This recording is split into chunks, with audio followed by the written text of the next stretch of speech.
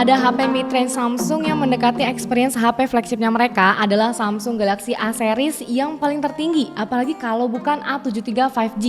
Ini adalah seri paling teratas, harganya juga nggak murah. Terus gimana peningkatannya dibandingkan dengan seri sebelumnya? Halo hai, balik lagi sama gue Ayu dan sesuai dengan namanya A73. Jadi gue ambil angkanya yaitu 7 alasan buat beli dan 3 alasan buat nggak beli HP ini.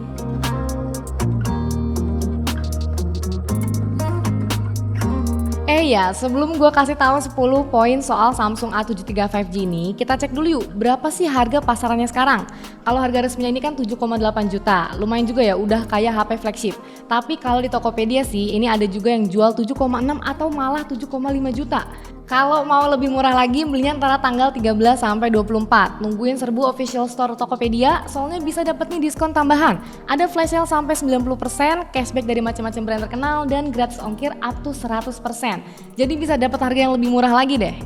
Oke yuk langsung ke poin atau alasan yang pertama adalah bodi dan ukurannya. Samsung Galaxy A73 5G ini punya ukuran yang lebih ringan, lebih tipis, lebih nyaman buat digenggam dibandingkan pendahulunya. Berarti ini nggak lebih dari 200 gram, tepatnya 181 gram aja dan ketebalannya cuma 7,6 mm yang artinya cukup tipis buat ukuran HP jumbo yang punya kapasitas baterai yang jumbo juga. Desainnya juga kekinian, sekilas punya rasa seperti flagship Samsung. Pilihan warnanya juga lucu-lucu, ada 3 warna yang punya kesan anak muda banget. Ada grey, mint, dan white. Yang kita pegang saat ini adalah warna mint yang lucu banget. Yang kedua adalah jaringan 5G ready. Yes, HP yang entry-level sama mid-range di pasaran ini udah banyak banget yang support jaringan 5G. Masa iya seri A teratas Samsung nggak punya jaringan 5G? Galaxy A73 5G ini juga sesuai namanya udah support langsung jaringan 5G di Indonesia termasuk jaringan Telkomsel yang menggunakan band N40.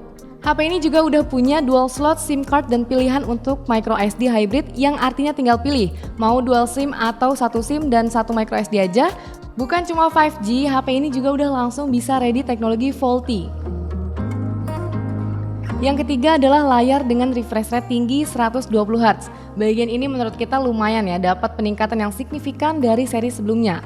Layar Super AMOLED Plus kelasan Samsung udah pasti memanjakan mata, ditambah lagi refresh rate tinggi 120 Hz. Peningkatan signifikan karena seri sebelumnya ini cuma 90 Hz aja. Layar AMOLED Samsung emang udah teruji secara kualitas. Kualitas di sini ya secara visual bisa menampilkan gambar yang tajam, warna yang gonjreng yang tetap akurat, apalagi kalau digunakan buat nonton konten seperti YouTube, Netflix, dan aplikasi streaming lainnya. Udah support sertifikat L1 dan YouTube bisa putar konten HDR. Ditambah lagi speakernya juga udah dual speaker stereo, kualitasnya lumayan oke, lantang dan clear. Ya intinya bisa memberikan experience kelas atas untuk multimedia like-nya HP flagshipnya Samsung.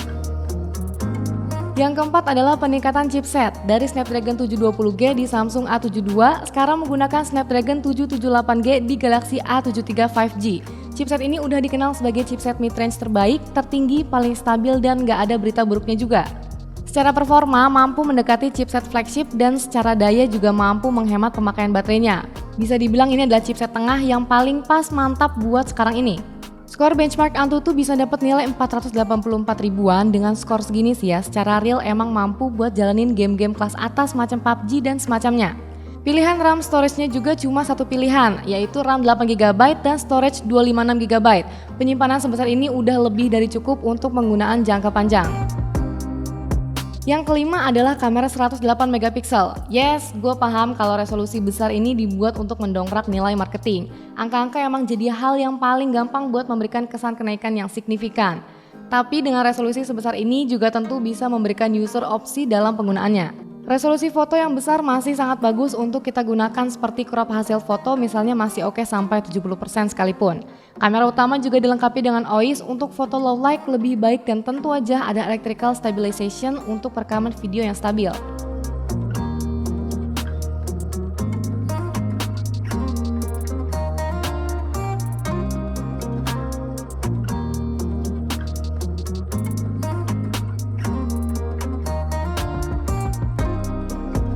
Contoh perekaman video kamera belakang dengan Full HD 60 fps. Nah ini gerimis agak gede dikit sih, hujannya lumayan ya sambil kita tes ketahanan airnya. Oke, masih perekaman kamera belakang. Ini sampelnya.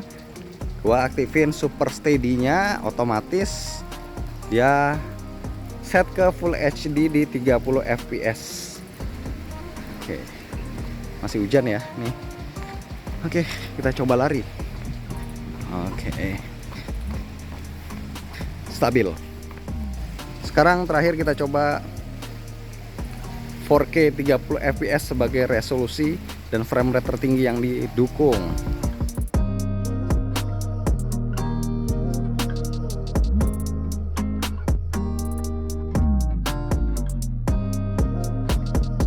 Yang keenam adalah jaminan software untuk jangka panjang. Mulai dari 2022, semua seri Samsung akan mendapatkan jaminan OS upgrade sampai 4 kali dan jaminan security patch sampai 5 tahun ke depan. Artinya keunggulan yang sangat signifikan dari seri sebelumnya bahkan kompetitornya. Galaxy A73 5G hadir menggunakan One UI versi 4.1 berbasis Android 12 yang saat ini ada di security patch bulan April 2022. Cuma tertinggal 1 bulan aja dari flagshipnya mereka. Yang terakhir atau yang ketujuh adalah IP rating. Layaknya HP-HP flagship, Samsung Galaxy A73 5G ini punya IP rating 67. Jadinya bakalan aman aja kalau terpaksa kena air atau kehujanan misalnya. Alasan beli udah, sekarang giliran 3 alasan buat nggak beli alias deal breaker yang menurut kami lumayan jadi bikin ganjal. Yang paling pertama adalah hilangnya lensa telefoto. Gue nggak habis pikir ya, kenapa Samsung bisa berpikir kalau kamera 108 megapiksel bakal masih oke dipakai buat telefoto apalagi digital zoom. Ya sebenarnya sah-sah aja sih, tapi kekurangannya yang fatal adalah dengan hilangnya lensa telefoto justru mode portraitnya cuma jadi 1 kali aja, gak bisa 2 kali atau 3 kali zoom. Dan pada akhirnya mereka malah memilih memasangkan Galaxy A73 5G dengan kamera duet mount super combo masterpiece, lensa depth sama makro dibandingkan dengan lensa telefoto optikal. Yang kedua adalah harganya. Ini dia nih, paling jelek banget. A72 rilis dijual resmi di Indonesia dengan harga 6,5 juta rupiah dan penerusnya ini Galaxy A73 5G dibanderol nggak tanggung-tanggung yaitu 7,8 juta rupiah. Wow, harga segini sebenarnya udah dikit lagi dapat flagship killer Samsung seri FE atau flagship killer kompetitor lainnya atau flagship beneran contohnya seperti Asus Zenfone 8 gitu misalnya. Yang terakhir adalah hilangnya jack audio.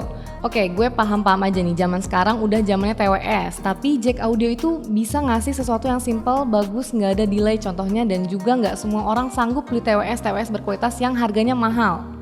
Sebenarnya ada satu kekurangan lagi, tapi masih kami maklumin lah ya, karena mungkin ini bakal jadi tren ke depan, yaitu nggak dapet kepala chargeran. Khusus soal ini daripada kita capek ngeluh, menurut gue mendingan kita beli aja satu pala charger yang bagus. Jadi besok-besok beli HP nggak ada chargeran juga nggak masalah. Overall ini sisanya udah cakep semua nih HP. NFC ada, sensor lengkap, fingerprint juga under display, baterainya gede 5000 mAh, sama kemampuan chargingnya juga 25 watt. Kamera juga up to 4K 30 fps sama bisa langsung pindah-pindah sambil ngerekam ke kamera depan atau belakangnya. Ya, kamera depan seperti ini. Oke, jadi benar-benar fleksibel ya. Kita bisa seenak jidat ganti-ganti lensanya. Mantap. Oke, udah lumayan pas sesuai sama namanya, A73. Kita ngebahas ada 7 alasan buat beli HP ini dan 3 alasan buat nggak beli Samsung Galaxy A73 5G. Semuanya balik lagi ke kalian, jadi gimana menurut kalian? Beli? Enggak? Beli? Enggak?